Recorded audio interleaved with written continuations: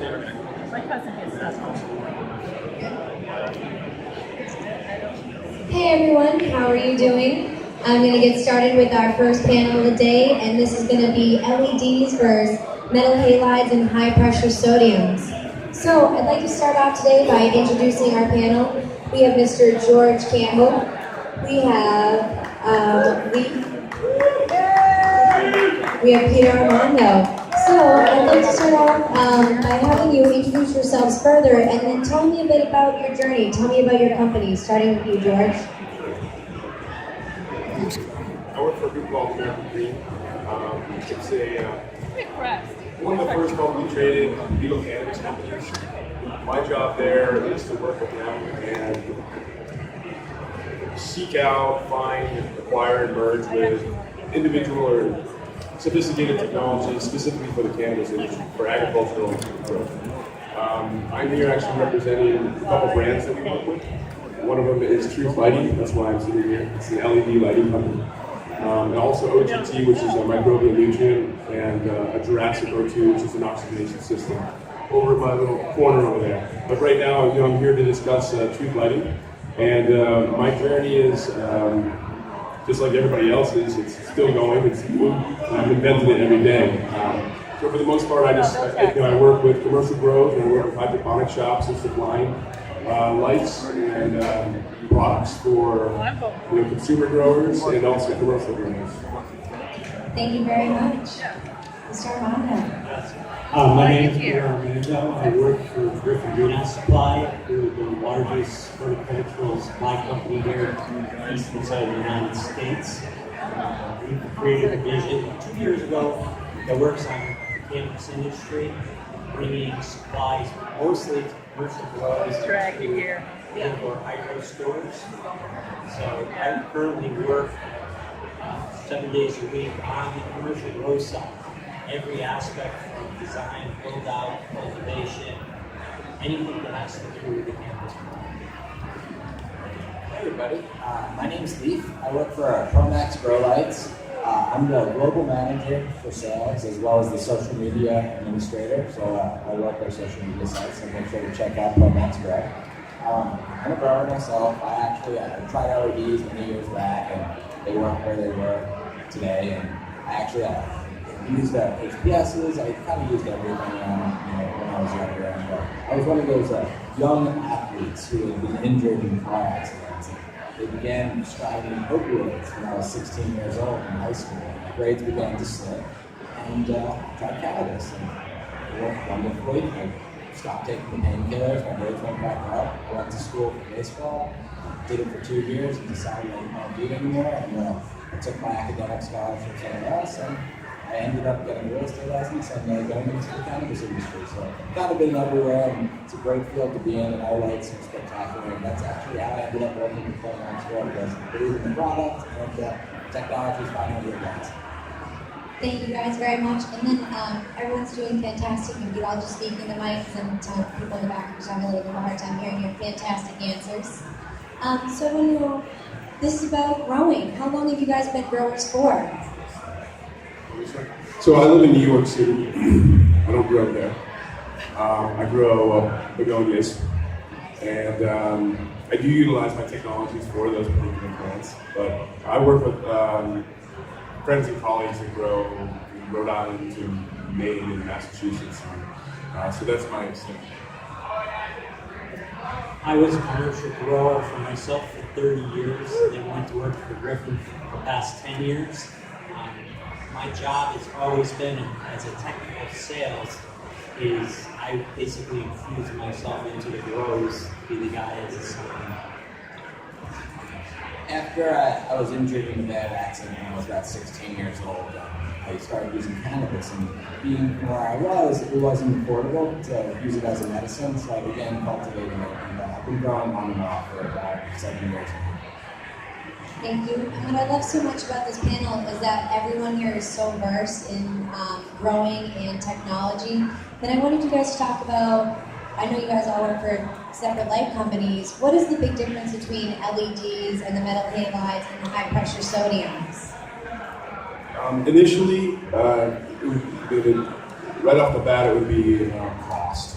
Right? There is an initial bigger investment for purchasing an LED light over the alternatives. That's the first one you see on paper.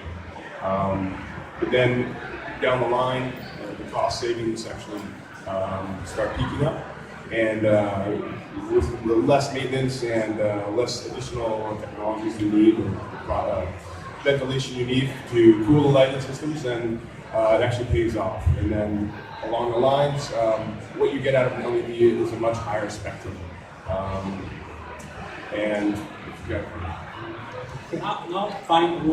high pressure sodium, when this industry first started, was underground. So the best light they could find to get the light spectrum for the plant was a high pressure sodium light. It was the easiest to come by, it was already in the industrial world. The first LEDs that came out, the lack of a good quality diode made the lights inferior to create the color spectrums. Now with the newer technologies, with people that have time and the ability to put science into this, we are now seeing the higher quality LED lights to emerge in this industry. In a plant, we're all confused. Everybody likes to talk about watts, but this plant is not about wattage of the light and what the output of the light or the usage of the light that is being produced. It's the amount of lumens or micromoles in the proper spectrum to feed what the plant needs. So it's kind of re-educating everybody in that type of area. And the LEDs of today are moving in that direction. There's so many different reasons to be using LED lights. Power savings, better quality medicine, less heat. Those are all well and good, but when you look at it, you really have to look at LED as a technology. For instance, take a computer, for example. When you go to the market and you're purchasing a computer, there's so many different choices. There's compact, there's MacBooks, there's Sony's, there's everything you can go out there, but what sets them apart? You can email on all of them, you could word process, you can go on the internet. You generally do the same thing, but what sets them apart? It's really the inside component. It's the spectrums that the lights are getting off. Everybody has a different secret sauce. And when it comes down to it, there's so many different LED lights out there that you can go and you can choose from. The ones that are more transparent of the companies are the ones that you want to go with, because they're the honest guys. There's so many LED companies out there blowing smoke left and right. It's the ones that you can really trust that will make your product or your medicine worthwhile. And I personally, I was a victim of bad LEDs. I lost the whole crop. I lost 4 months worth of medicine. That's a lot of medicine to lose. That's, on the street value, that's about $350 every 3 weeks. I can't afford that. A lot of people can't go without that. So when somebody says, hey, you could try our lights, you put the money down, and if you like it, you keep it, and if not, you send it back. They mean business. They have a reputation. They know their product works. They have, 5-year warranty and great quality medicine. That's how I started with Promax. I tried LEDs when I was around 20 years old, about 5 years ago, just like this gentleman said. The technology wasn't there. I lost that medicine. I went back to using those HPS lights because I knew I could rely on them. And then about a year and a half ago, I met these guys at a conference and they started talking to me. I tried one of the smaller models and noticed that the technology finally got here. It's finally come around and my medicine increased. I saved about, I was a small guy, I saved about $250 a month. That's a lot of money all in when you're dealing with medicine for yourself or even your family. So it's kind of one reason why LEDs are so great, but really the actual savings that you get, and if you can invest in yourself, you gotta look at it like that. If you could not have to pay for any maintenance for a certain amount of time, whether it be 3 years or 5 years, that's a great savings. You could spend as much as $400 a year just on light bulbs if you're using just 2 fixtures with HPS lights. That's $2,000 over 5 years. That pays for 2 lights, and then all of a sudden, when you start thinking about it, you're going to be saving energy every month. $250 every month on savings to switch from my HPSs to these LEDs with a better quality medicine. I take it every day. Thank you. And would you guys say that LEDs are the way of the future for growing? I would believe unequivocally that LEDs are definitely the future for growing.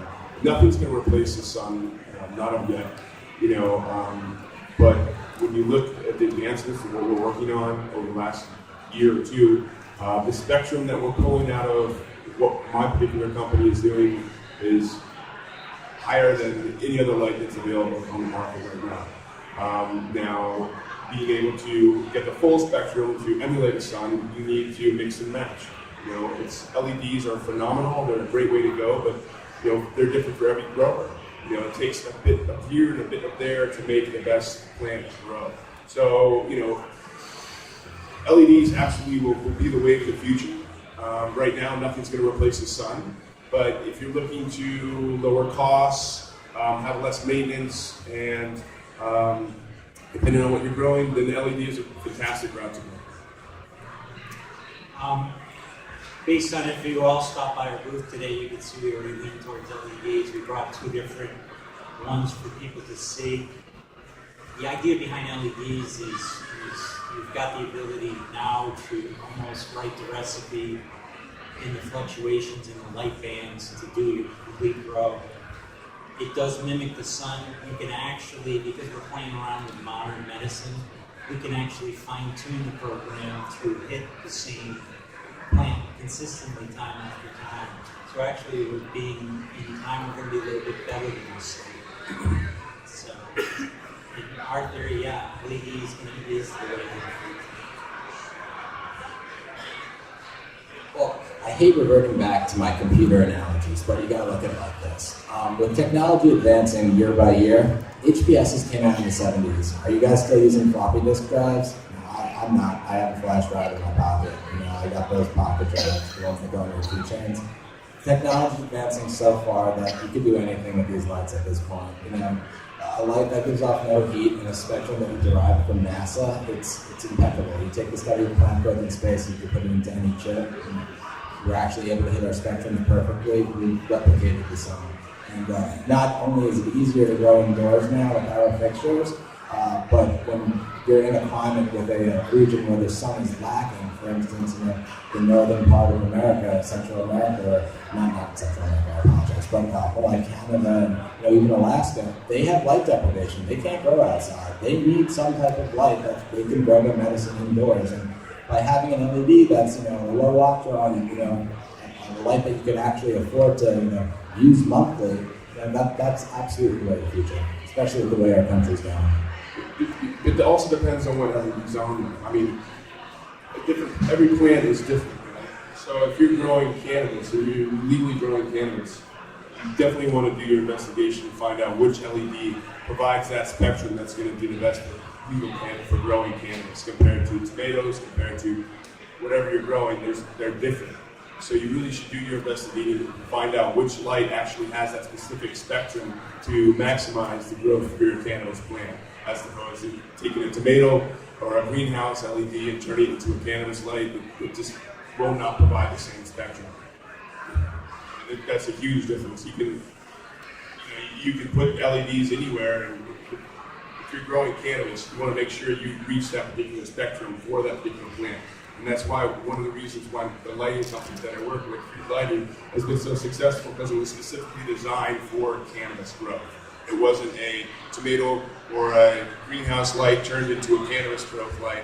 This is a specifically designed full spectrum light by a third generation engineer grower out of Springfield, Mass. that developed it specifically for cannabis. So educate yourself, and find the right lamp, and ask a lot of people, and that'll be your best. Thank you guys so much. And I've been hearing a lot, or I hear a lot lately, I don't know if you guys ever heard this, that cannabis today is a lot stronger than cannabis a few decades ago. And I believe that is because of the advancements we've had in technology, and we're able to grow so much better for the conditions. How do you feel about that?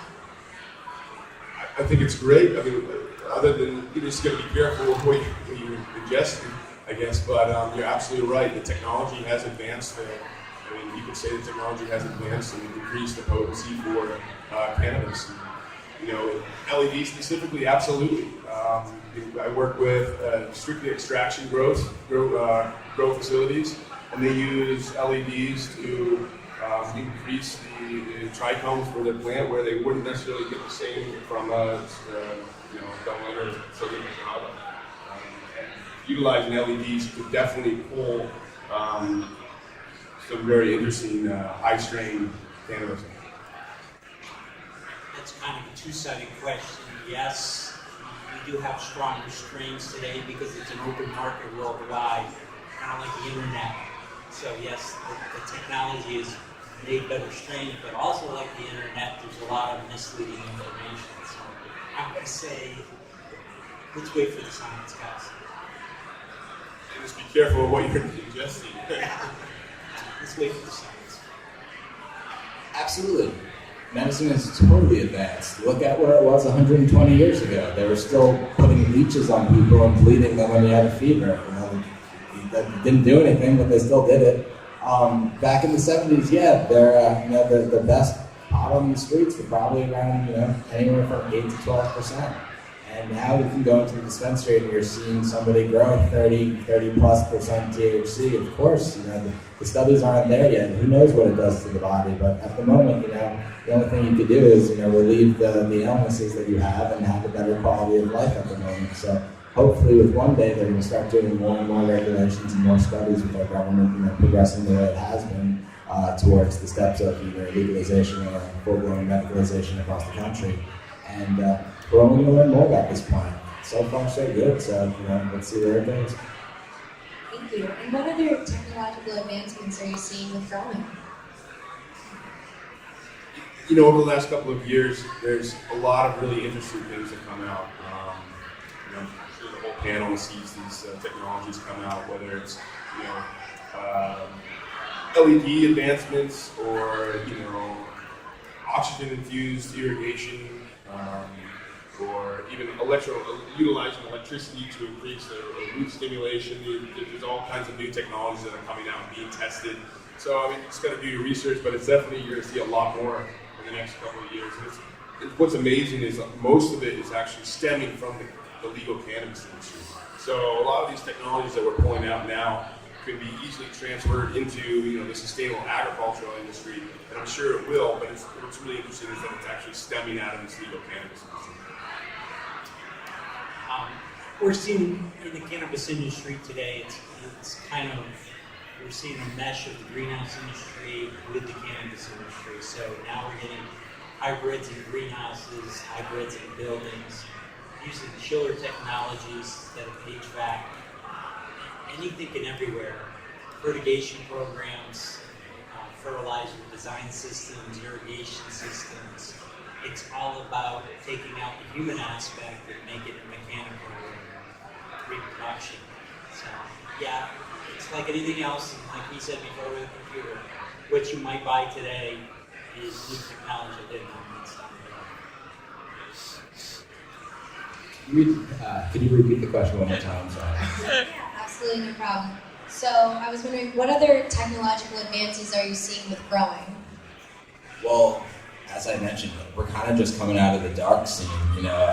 People have been doing this since the 70s, but right now, with the way everything's kind of changing, people are starting to come out of the dark, come out of the closet, and really share their secret sauces, and share what makes a difference. So you see all these new technologies come out every day. Whether like George had said, whether it's a hydroponic system, whether it's a light, whether it's a organic type of fertilizer. New things are absolutely coming out. Everybody has a different method of growing. Everybody likes different things. It comes down to you as the grower. What are you most comfortable using? You don't want to stress your own self out as well as your garden. You want to be comfortable with whatever you do, because your plants will reflect the way that you are being. They're living. They know when you're happy. They know when you're sad. They speak to you. You speak to them. And when it comes down to it, it's as a grower, what are you comfortable doing? I recommend absolutely either doing research, going on forums, attending New England Grassroots. They're great guys, right? Grassroots, I'm sorry.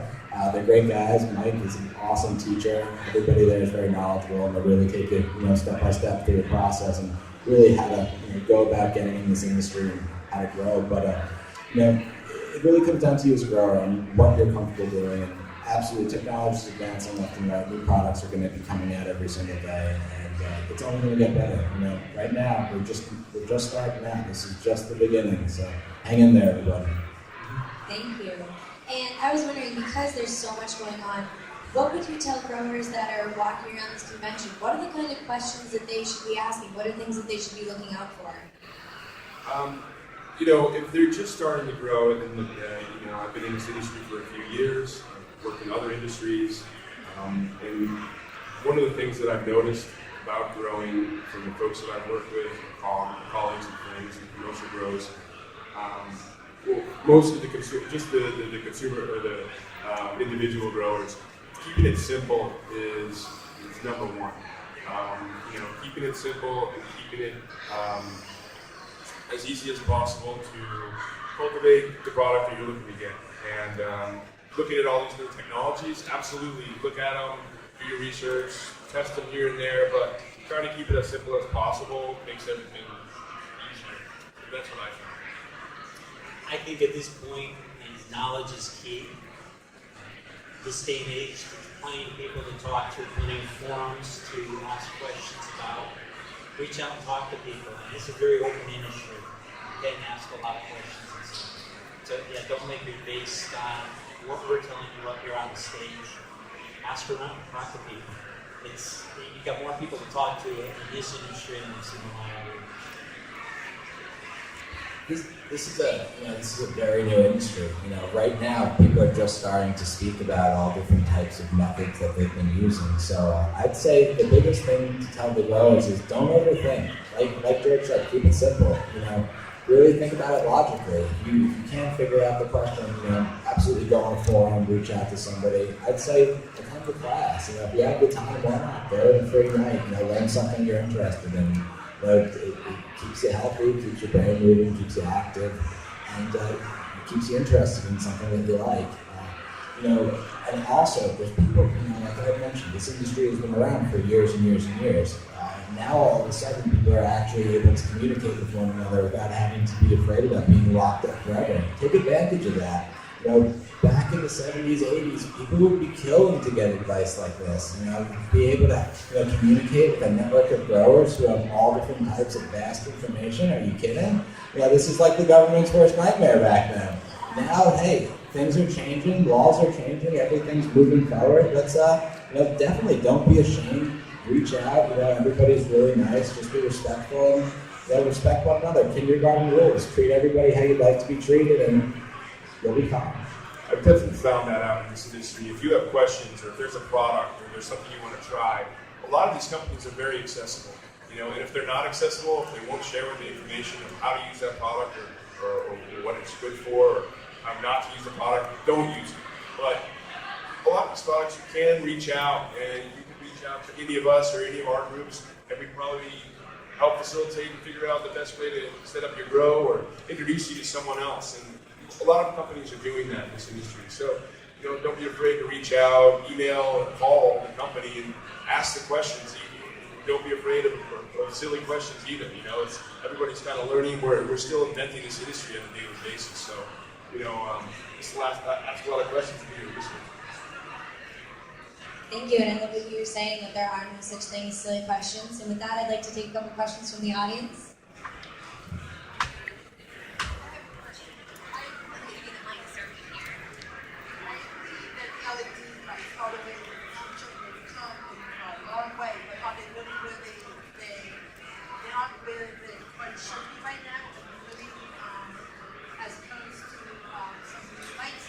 Can't hear you.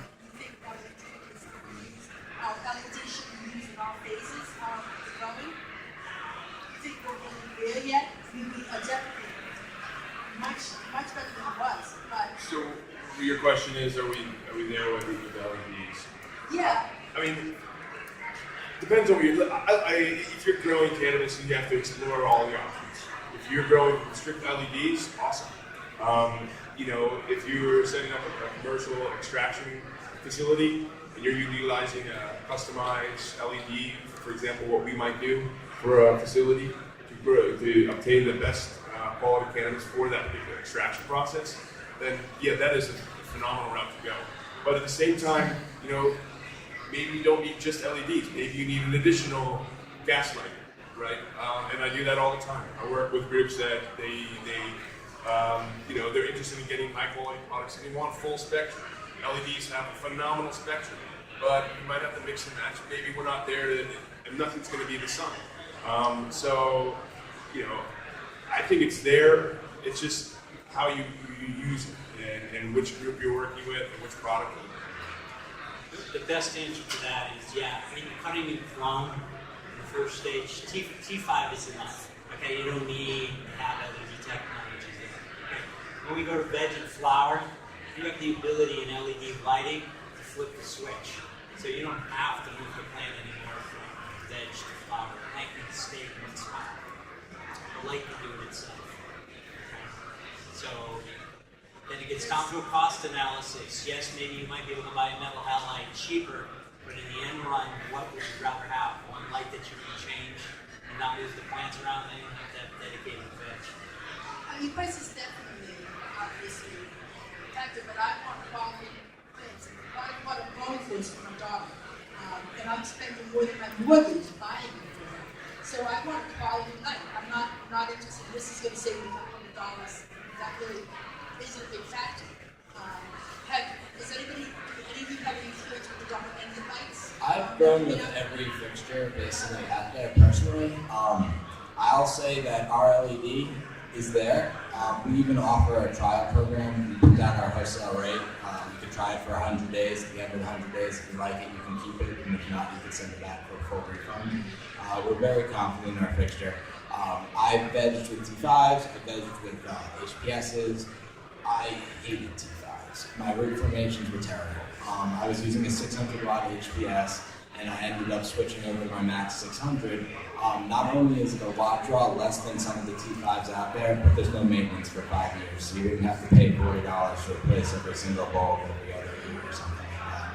So then, you're investing in your future of these things. Also depends on what you're doing. If you're growing for a couple plants, if you're not trying to get 10 pounds of cannabis for yourself, you don't, LED lights will really, there's less maintenance, there's less involvement, you don't have to ventilate as much, there's less heat put off, there's less, chance for, you don't need an extra ballast. So sure, the cost up front might be a little bit more, but it'll save you time, save you energy costs, and overall, if I was suggesting for my mother to grow in a tent, I would suggest that she just utilizes an LED.